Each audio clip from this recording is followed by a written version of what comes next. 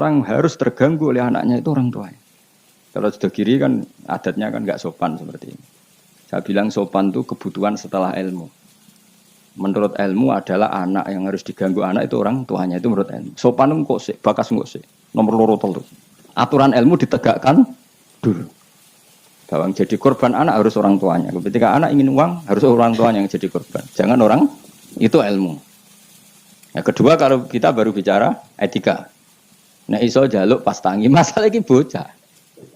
Lah nak nuruti etika aku yo duwe aku yo pas aku seneng pas apian. Akhirnya bojoku nurut karena bojoku ya keluarga kiai suka ilmu. Saya gede-gede ge mari piyambak, anggere gede-gede ge isin piyambak mari napa. Piyambak. Tapi kan jelas bocah iki utang jasane mbek wong tuwa. Bahkan saiki sudah gede mikir bapak apik tenan turu tak gawe gak tersinggung. Lho kula biasa 10 menit turu digo anak kula jam mlaku-mlaku iki kula mlaku-mlaku. Berapa kali saya ngaji terlambat 10 menit, 5 menit gara-gara anak kula nembe dugi lunga, biar jam mlaku-mlaku tak turuti. Karena jangan sampai kita ini misalnya demi ngaji, anakku jam mlaku-mlaku ora tak turuti. Akhirnya anak saya itu dendam sama ngaji. Gara-gara ngaji aku gak dijak mlaku-mlaku bapak. Akhirnya nganggap ngaji ku problem. Akhirnya roh rohin itu problem saya gitu. Oh bapak demi keriting kan. Roh Mustafa demi jenggot ya kan gitu. Kan panjang. Akhirnya roh rai-rai iki rai trauma kan. Nah, itu kan gak bagus. Tapi nak tetap melaku-melaku, nggak wes pas melaku-melaku tetap ngaji. Anak itu punya kesimpulan. Ternyata saya masih nomor 1. Keriting nomor 2. Keritingnya ya maklumi nak waras. Umpamanya nak ora anake kan. Makanya saya itu dugaan saya. Kenapa Rasulullah ketika beliau sujud Hasan Husain ini menganggap Rasulullah tiga jaran-jaranan. Cara Jawa tiga apa? Rasulullah ditumpahi be Hasan. Si masyhur itu Hasan. Ya tentu Hasan Husain tapi sing ning riwayat itu Hasan. Iku Rasulullah lama sekali sujud. Sampai sahabat itu karena saking dekatnya wahyu. Zaman itu cara berpikir ahadasa fihi syai'un atau ahadasa fin nabi syai'un. Apa nabi ada wahyu baru sehingga sujud selama itu. Jadi sahabat belingu ya penting. Akhirnya orang sing ndak ya rugen-rugen niku ndak. Mergo sujudnya agak wajar apa? Kan Nabi kan tentu istiqomah. Biasanya 2 menit ya 2 menit, biasanya 1 menit. Ini kok sampai 5 menit semua. Akhirnya sahabat sing gak terima ndak. Iki ada wahyu baru bahwa aturan sujud harus selama itu. Ndak. Jebule ono Hasan. Oh iki to perkarane. Tapi baru kayak sahabat beling iki ono riwayate. Cara dekne ra nginceng. Jadi kadang beling ya penting.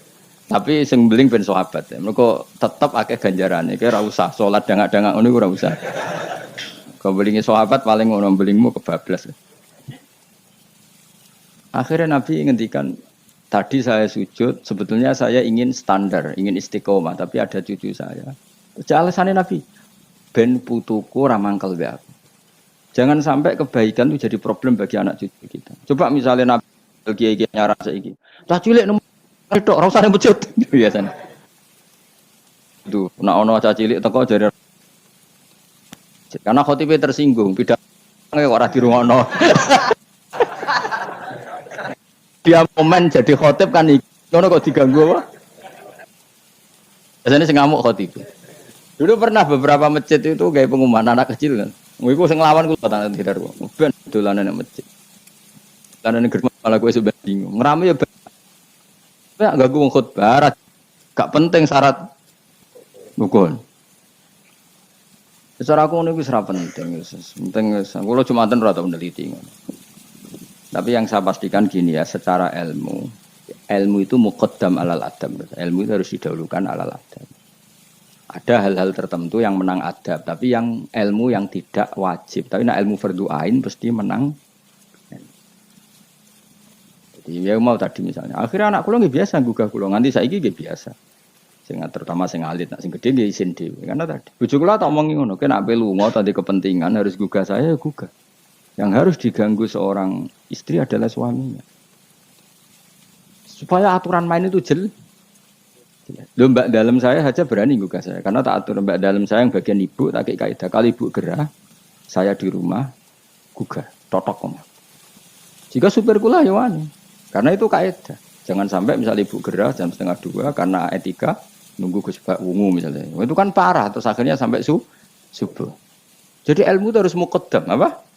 Bahwa ibu itu segala-galanya. Sampai sekarang, saya beberapa kali setengah dua ditotok Mbak Dalem atau Kang Dalem. Gus ibu gerak gini. Saya bangun langsung bawa ke rumah sakit atau gimana. Etika itu badal ilm. Jadi ketentuan ilmu itu nomor satu.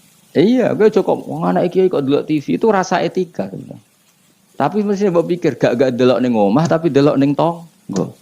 Apik diganggu wong tuane mbek ganggu tanggane. Lho ganggu tangga misalnya, no, tapi tanggane seneng. Misalnya wong ibu-ibu kok pendelok angling darmo, anak ndelok teletabis, ya kan ora sambung. Tetep ganggu. Ibu-ibu ada selera enggak misalnya? Misalnya kok pendelok sinetron, anak ndelok teletabis misalnya. Ayo, Mustafa ndelok film ISIS misalnya. Ya kan jenenge wong kan selerane beda-beda. Nek roken ndelok bolot misalnya kan. Wong aku es kiai kecelok wong alim. Seneng ndelok TV nganti saiki ya mak lampir. Mergo ora mikir, aku pokoke seneng ndelok TV ora mikir. Bojoku ya eskal. Nah, cawe itu kan seneng ndelok film wong ayu-ayu, mergo ndelok penampilane. Nah, aku seneng ndelok mak lampir, angking darmo sing lucu-lucu. Sing lucu sing mokal dadi karwan ra tak pikir ngono. Mergo aku tahu dikeluwi kiai delok sinetron ana pemeran sebagai ustaz. Terus ustaz iku fatwa ning TV dipikir ndak tenan fatwa iku. Lha sinetron kok mbok pikir. Sing merano ustaz iku. Ya sing merano ustaz kan kadang fatwa gitu. Lah kiai iki delok tersiksa mbek fatwa ustaz iki. Tadi kan ulun tersiksa Gus mbek fatwa ustaz ning TV. Ustaz sapa? Pemeran ustaz. Lah nama lampir kan gak mungkin dia mikir fatwane mak lampir. Tapi setan wis setruk. Kok ngenteni ngekek was-was aku coba tak tinggal delok mak lampir. Aku ngerti kok setan wae was-was aku ya ngerti. Tinggal mangkel ya. Pemene setan ning gambar iku luwih ngeri. Jadi setan jan kurang ajar tenan. Jadi orang-orang alim itu diridu. Masuk koyo Mustafa Kabel sing ngaji ning kene kabeh. Cara zaman akhir sing alim tak sebut ngalim. Jadi misalnya ke sholat itu kadang setan ngridung ngene. Kowe sholat ora mesti ditampa pengira. Terus kita kadang menyesali masa lalu, sholatku, posoku, ora mesti ditampa pengiran. Niku setan, ngridung niku setan. Kowe kudu mbok lawan, ditampa ora ditampa itu kenangan terbaik saya sebagai hamba pernah sujud, pernah sholat, titik. Kayak apa buruknya kita ketemu Allah ora tahu sholat, ora tahu sujud. Wes ora ditampa lah. Lah aku malah tak lawan kadang setan. Beneran ora ditampa. Pek kowe ngono sholat gua. Mungkin atau sholat, spek-spekan sholat gua. Karena setan mau kepinginnya supaya orang menyesali atas kesalahan di masa lalu. Kayak apa? Belum tahu soleh kok getun. Juga kok ngene lho contoh ning fisik. Aku ngrumat cah yatim secara ikhlas. Mulai cilik misalnya. Bareng gede kuliah dadi wong lali aku. Bareng lali aku terus aku getun ngrumat cah iku ternyata gak bales jasa. Lu kamu ngrumat dia secara ikhlas itu dadi ana wakafilul yatim kahateni fil jangan. Kok malah kowe saiki dadi murahan arep-arep dibales jasa hanya karena tamak kamu, anak yang kamu rumat sekarang jadi menteri misalnya. Cek goblok. Ikhlas kamu itu janjine swarga, tamak kamu iku setan. Kancanan iki seringe ngono, kancanan pondok ikhlas melarat ikhlas, bareng kancane sugih utang ra oleh, udah asal dhisik kanca aku saiki kok medhit mbek aku. Itu tidak perlu seperti itu.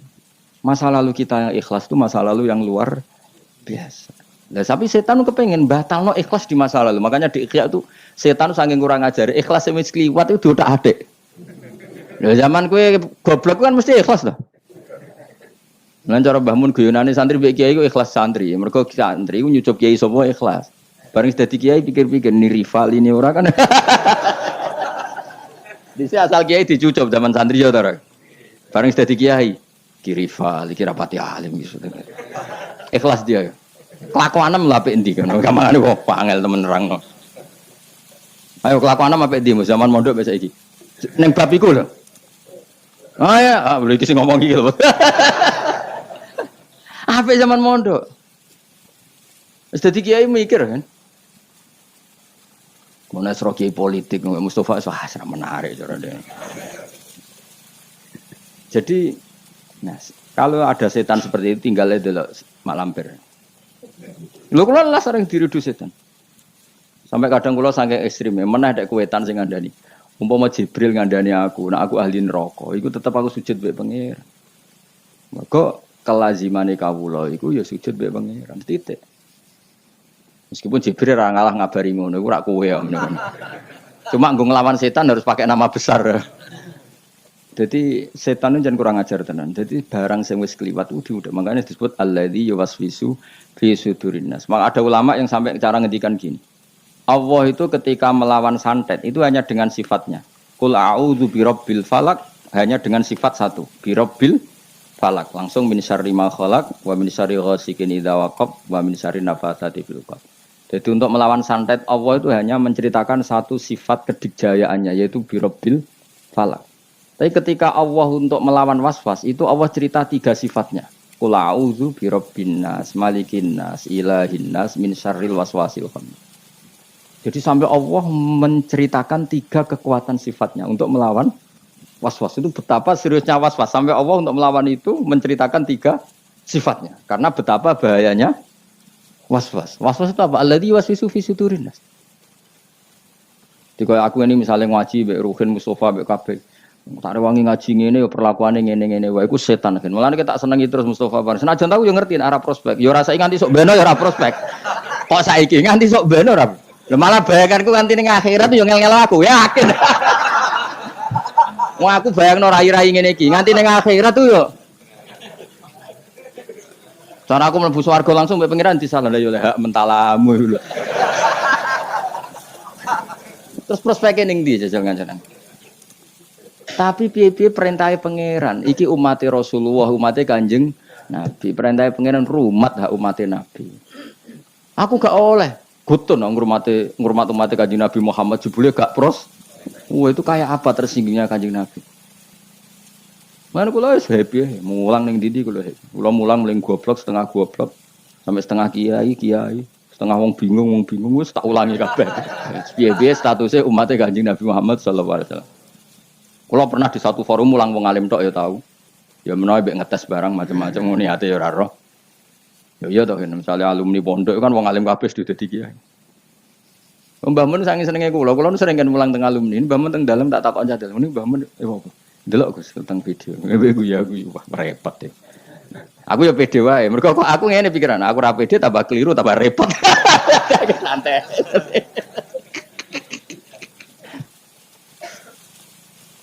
Tapi khawatir saya nanti gitu. Kowe diridu setan, mbok rewangi ngono. Cayatemu cilike mbok rumat. Saiki sugih ya lali kowe. Iku riduane kose.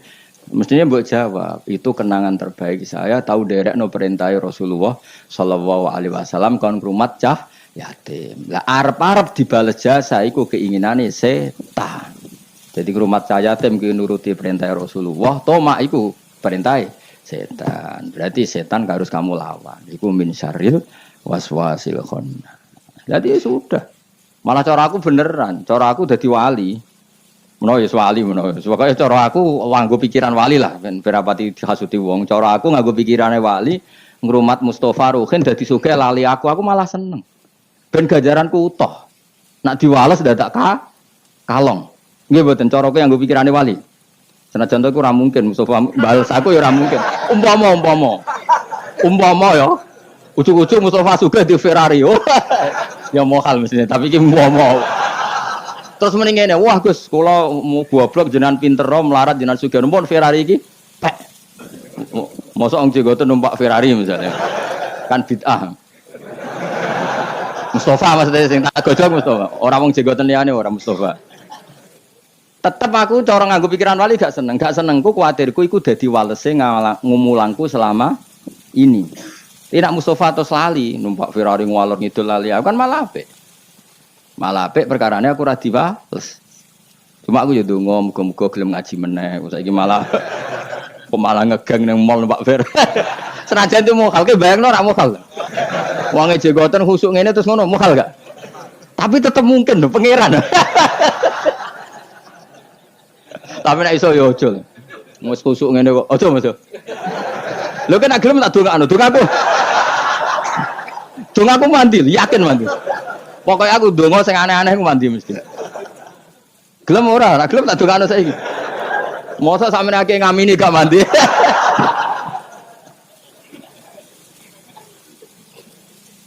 Lha iku pangeran nganti ata bisifatin salasin. Untuk melawan waswas Allah itu menyebut 3 sifatnya. Apa? Birabbin nas, malikin nas, ilahin nas. Terus lagi min syarril.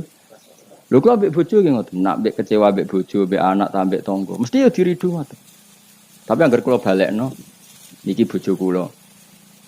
Jenengan merintahkan wa asyiruna bil ma'ruf. Berarti ngapiki bojo ku perintahe jenengan. Kadang ngamuk muring-muring itu perintah setan. Mereka ujung-ujungnya nuruti harga diri. Tapi muamalah bil ma'ruf itu perintah jenengan. Gusti kula dhisikno jenengan timbang perintah nafsu. Kula mbek jenengan nuruti nafsu yo ngono. Mulang ngene iki prospeke opo? Nuruti nafsu. Tapi kan kiai amatir wis ora bakal dadi wali. Wong kakan perhitungan ora bakal dadi wali. Tapi nek nuruti perintah pangeran. Apa nyifati rasul sapa? Rasul yaslu alaihim ayatika wa yuallimuhumul kitab. Sifat khasi rasul mulang Quran. Nah kita itu ulama warasatul anbiya, khase hubungan nak kowe warasatul anbiya, khase kiai be umat hubungane mulang yatlu alaihim ayatika wa yuallimuhumul kitab wal hikmah. Lha ulama be umate kok hubungane di manajemen. Umat sakmene iki tak wajib ziarah selisih piro misal. Iku ora hubungane ulama be umat, paham ya? Ku pedagang. Tapi ana sing ngono ya oleh ben duwe selingan lah aku. Nah, kapan-kapan gelem tak jak. Tapi kalau suwon, pokoknya was-was harus dilawan. Ini was-was itu harus termasuk wedi suul khotimah. Aku tuh mbok lawan. Tak rewangi sholat ngene, tak rewangi ibadah ngene, jebule aku engkok nang suul. Iku tuh mbok lawan. Wes suul khotimah lah, sementara kamu tahu sujud. Karena keinginan setan itu sebetulnya hanya supaya kamu tidak nyaman dengan ibadah. Tapi kalau ketakutan suul khotimah kamu menjadikan kamu sopan sama orang lain, menjadikan kamu tawadhu, gak apa-apa. Itu berarti sangka malah malaikat, karena ketakutan suul khotimah berakibat takzim atau sopan kepada orang lain. Itu bagus. Berarti kan tambah tawadhu.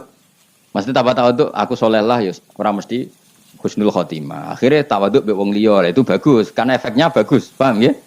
Tapi nak terus gak nyaman dengan ibadah kamu di masa lalu karena takut tetap suul. Wah itu setan-setan amoh, yakin itu. Kudu mbok lawan. Wes aku suul khotimah lah, tetap aku bangga dadi kawulane Allah. Tau ning donya sujud, tau ning donya maca tasbih, tau maca selawat ning Rasulullah sallallahu alaihi wasallam. Akhirnya setan kan mikir. Tapi akhirnya nyatane suul khotimah terus gunane apa? Gunane ya aku tau sujud mbek pangeran. Sujud kok ora roh gunane, dasar setan elek. Wong ora roh gunane sujud kon. Dadi terangno apa? Mesti nak ketok terang. Lho omongan ngono kan wis goblok gendeng. Wong gunane apa kowe sujud nak akhire suul? Wong kok ora roh gunane. Sujud itu tegaleng ngene, gunane apa aku mangan nak terus ngising kok sunah. Kok ora takok ngono. Padha-padha akhire le sunah lho. Terus ki ape ra mangan, moh aku mangan kira apa sok ben jale sunah. Gendeng to ora? Gak gendeng ora? Ya padha, wong tau sujud kok getun suwe tanamo. Ya dong ya. Awas entuk kancanan setan. Aku wis pegatan suwi kok ejek akrab. Oh, aku wis pegatan suwi. Kowe cek akrab gitu. Kowe cek kenal Mas, mbek setan. Setan itu seneng godho wong khusuk lho. Sing kok rugen rapati digodhog. Gak menarik cara setan itu. Kan wis nyerempet salah deh. Wong khusuk tambah semangat. Godho wong khusuk ora kasil setan malah komene cari referensinya. Jadi kan aku pengen digodho setan, Mus. Kowe kudu beling koyo rugen. Kok setan sing godho kok setan TK. Mergo gak perlu naik ke.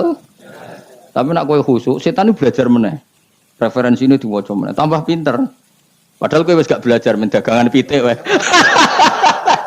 Ditakdir taat. Itu kan lucu. Wong kok nyesal tahu sujud itu lucu to. Wong nyatane lucu, nyesal tahu mangane lucu. Kok nyesal rabi terus begatan ora oleh. Kudu seneng. Piye-piye sing dadekno kowe ra Joko tuwa bojo iku. Senajan to akhire gagal lho. Umur selawe payu rabi gagah to, gagah kan? Umpama ora bojo iku umur 35 gak lagi rabi. Berarti cah iku nulungi kowe ora dadi Joko tuwa. Senajan akhirnya kita kecewa. Pokoke donya delok apike. Lah njenengan kalau ketemu pangeran yo gaya tenan di syuting. Tahu umat-umate Nabi mulai 2000 piro mulang kowe? 2004 di syuting ning akhirat kuweren. Cara Kanjeng Nabi jebule bak mulang umatku wis sawi ngono. Akhirnya disafaati. Cuma ya mau bareng disafaati ben mlebu swarga. Cek mentalamu lho. Sakmono aki anut kowe. Kudu sik do ning tubir neraka. Ora ning donya ora ning akhirat pancet ya. Pancet ngel-ngel loh maksudnya. Qala ba'du suhajudur rajuli yuhibbu ila adati wa bukhluhu yubghidu ila auladi. Ya pokoknya sampai wa bukhluhu yubghiduhu ila auladi. Bayangkan kalau kita jadi orang soleh, kemudian anak kita benci kita karena kita bakhil. Akhirnya anak kita ngidolakan orang, dan itu awal bahaya. Napa awal bahaya? Wa qala dawu sapa ba'du sulaha sebagian wong sing fusoha khairul amal ya bab dunya kuma perkara istaraq kang memperbudak apa makhuron ing wong sing merdeka. Maksude memperbudak terus dadekno moh terus akhirnya gelem ngamal. Wa khairul amal ya bab ing amal kuma perkara